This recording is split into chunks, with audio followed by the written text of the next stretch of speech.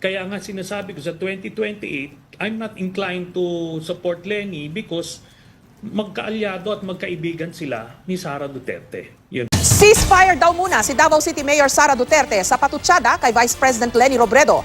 Yan ay matapos daw siyang pagsabihan ng kanyang inang si Elizabeth Zimmerman. Sagot naman ni Vice President Robredo, hindi siya interesadong sumali sa palitan ng mga insulto. May report si Chino Gaston.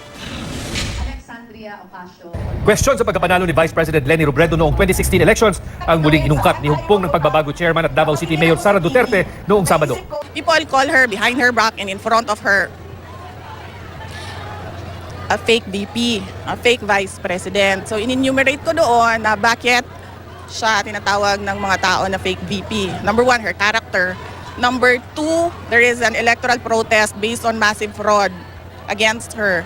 Tugon niya ng presidential daughter matapos magbigay ng reaksyon si Robredo sa naunang pahayag ng alkalde na hindi dapat maging issue ang honesty o katapatan ngayong eleksyon. Si Robredo, ayaw na raw niyang patulan ang mga pahayag ni Mayor Duterte. Never akong sumagot sa viciousness, never akong sumagot sa init ng ulo. Kasi tingin ko hindi naman niya nakakatulong sa atin. Sa isang pahayag pa, sinabi ni Inday Sara na dahil sa mga kwestiyon sa pagiging bise ni Robredo, dapat na raw umiwas na ito sa pagkomento tungkol sa integridad at pagiging tapat. Kung ipipilit daw ni Robredo na kailangan maging tapat sa pagtakbo, dapat ay magpaalam na siya sa anyay pangarap na maging Pangulo.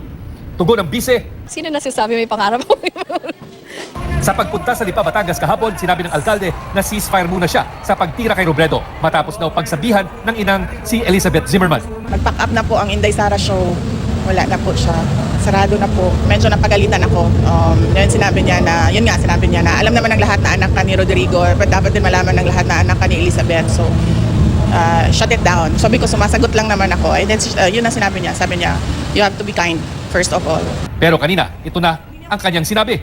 Let's see how long I will last. Sa isang pahayag, sinabi naman ni Robredo na mother knows best.